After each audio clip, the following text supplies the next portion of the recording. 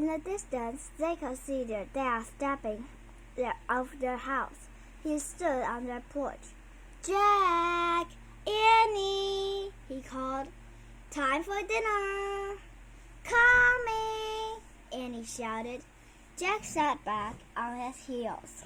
He looked at the moonstone again. "I guess we have one of the 4 seeds," he said. "We'll look for the other 3 tomorrow," said Annie. Jack nodded. They had a lot of more work to do. He put the moonstone in his pocket.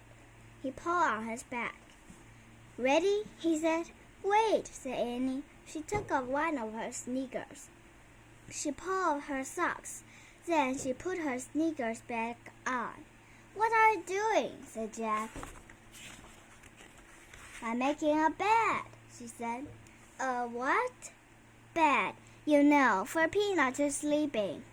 Annie picked up the mouse. She tucked it inside her sock.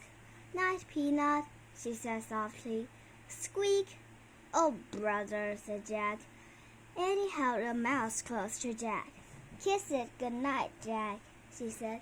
"Don't be silly," he said. "Let's go." "Thanks for helping us," Annie said to the mouse.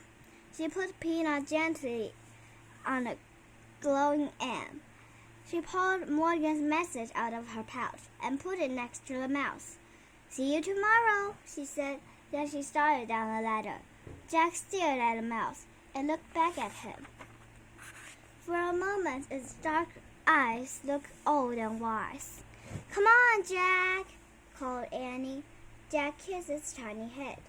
"Night, night, night, Peanut," he whispered.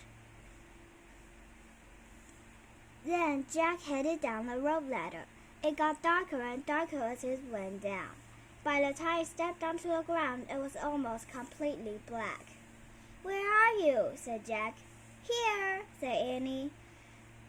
Her hands bumped into his. He took it. "Careful," he said. "Careful yourself," she said. They took off through the cool, dark woods. They moved silently and swiftly, 2 shadow warriors returning home.